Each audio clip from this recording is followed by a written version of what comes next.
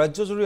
আমচুৰ দুঘণ্টীয়া অৱস্থান ধৰ্মঘট কাৰ্যসূচী অমানৱীয় উচ্ছেদৰ বিৰুদ্ধে প্ৰতিবাদ সাব্যস্ত কৰিলে আমচুৱে হাতে হাতে প্লাকাৰ্ড লৈ উত্তাল কৰি তুলিলে প্ৰতিবাদস্থলী শীঘ্ৰে অমানৱীয় উচ্ছেদ বন্ধ কৰাৰ দাবী মুখ্যমন্ত্ৰীক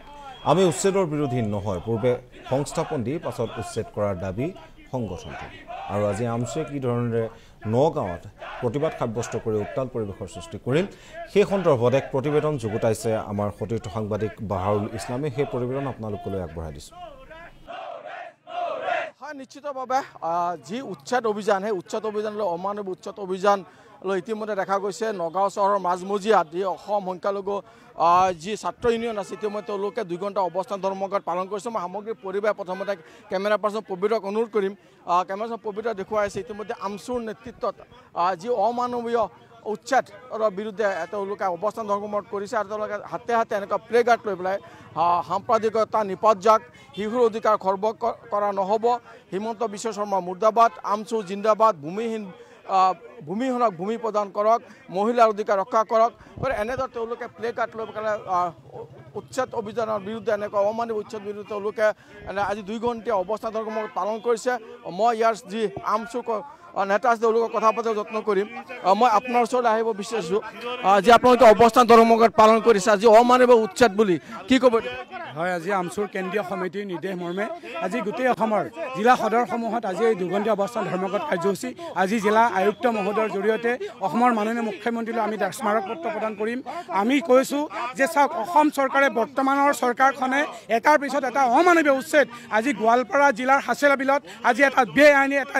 অমানৱীয় উচ্ছেদ আজি অসম চৰকাৰে কৰি আছে আজি বঙাইগাঁও জিলাত আজি কোকৰাঝাৰত আজি যি অমানৱীয় উচ্ছেদ কৰিছে সেই উচ্ছেদৰ আমি তীব্ৰ বিৰোধ কৰিছোঁ আমি কৈছোঁ যে এই উচ্ছেদৰ পূৰ্বে আপোনালোকে বৈধ ভাৰতীয় মানুহখিনি যিসকল ভূমিহীন তেওঁলোকক আপোনালোকে সংস্থাপনৰ ব্যৱস্থা কৰিব লাগিছিল আমাৰ দীৰ্ঘদিনীয়া দাবী আমি কৈছিলোঁ যে উচ্ছেদৰ আমি বিৰোধ নহয় কিন্তু উচ্ছেদৰ পূৰ্বে সংস্থাপন নকৰে আপোনালোকে এই অন্যায় কিয় কৰিছে আপোনালোকে আৰু কেৱল মাত্ৰ বাছি টাৰ্গেট কৰি সংখ্যালঘু মুছলমানসকলক কিয় আপোনালোকে এনে অন্যায় কৰি আছে গতিকে এই চৰকাৰখন হিটলাৰী শাসন চলাইছে এই চৰকাৰখনে সাম্প্ৰদায়িক ৰাজনীতি টিকা ৰখাৰ স্বাৰ্থত এনে কামসমূহ কৰি আছে এনে অন্যায় কৰি আছে শিশুৰ অধিকাৰ খৰ্ব কৰিছে শিক্ষাৰ অধিকাৰ খৰ্ব কৰিছে মহিলাসকল আজি বেমাৰীসকলৰ অধিকাৰ খৰ্ব কৰিছে গতিকে এই উচ্ছেদৰ আমি তীব্ৰ বিৰোধ কৰিছোঁ আমি কৈছোঁ যে উচ্ছেদৰ পূৰ্বে সংস্থাপন কৰক তেনে উচ্ছেদত আমাৰ সমৰ্থন থাকিব কিন্তু উচ্ছেদৰ পূৰ্বে সংস্থাপন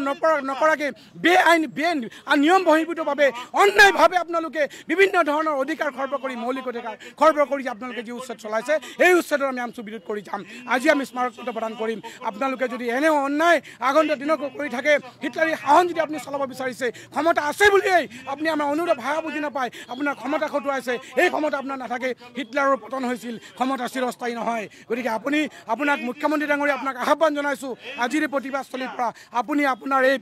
নিয়ম বহিৰ্ভূত উচ্ছেদ বন্ধ কৰক মানুহৰ অধিকাৰক লৈ খেলা নকৰিব শিশুসকলৰ অধিকাৰক লৈ খেলা নকৰিব আপোনালোকে মানুহৰ মাজত যি হিংসা বিদ্বেষ আপোনালোকে মানুহৰ যি সাম্প্ৰদায়িকতা আমাৰ যি আজান ফকীৰ শংকৰদেৱ আজান ফকীৰৰ যি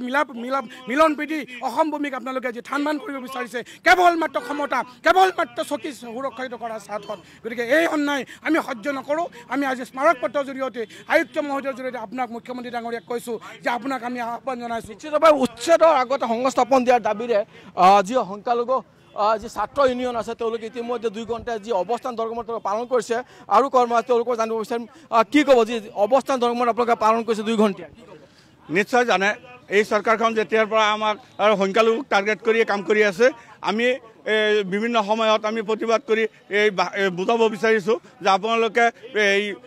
সংখ্যালঘু মানুহক টাৰ্গেট কৰি নহয় উচ্ছেদ যে কৰিছোঁ উচ্ছেদৰ আমি বিৰোধিতা কেতিয়াও কৰা নাই উচ্ছেদ কৰক কিন্তু উচ্ছেদৰ আগত পুনৰ সংস্থাপন দি পেলাই উচ্ছেদ কৰক এই অমানৱীয় উচ্ছেদ আপুনি বন্ধ কৰক আমি বিভিন্ন সময়ত বিভিন্ন কাৰ্যসূচীৰ জৰিয়তে এই কথাখিনি বুজাব বিচাৰিছোঁ কিন্তু এই চৰকাৰৰ কেতিয়াও আমাৰ ভাষা বুজি পোৱা নাই আমাৰ লগত সদায় অন্যায় অত্যাচাৰ কৰি আছে আমি সেইকাৰণে কাৰ্যসূচীখন হাতত লৈছোঁ আমি এই কাৰ্যসূচীৰ জৰিয়তে ক'ব বিচাৰিছোঁ আপুনি ৰাজধৰ্ম পালন কৰক এই হিটলাৰী শাসন বন্ধ কৰক অন্যথা আমি সংখ্যালঘু সমাজ ৰাজপথত উলিয়াই ইয়াতকৈ তীব্ৰভাৱে গণতান্ত্ৰিক আন্দোলন কৰিবলৈ সাজু হ'ম নিশ্চিতভাৱে এইসকল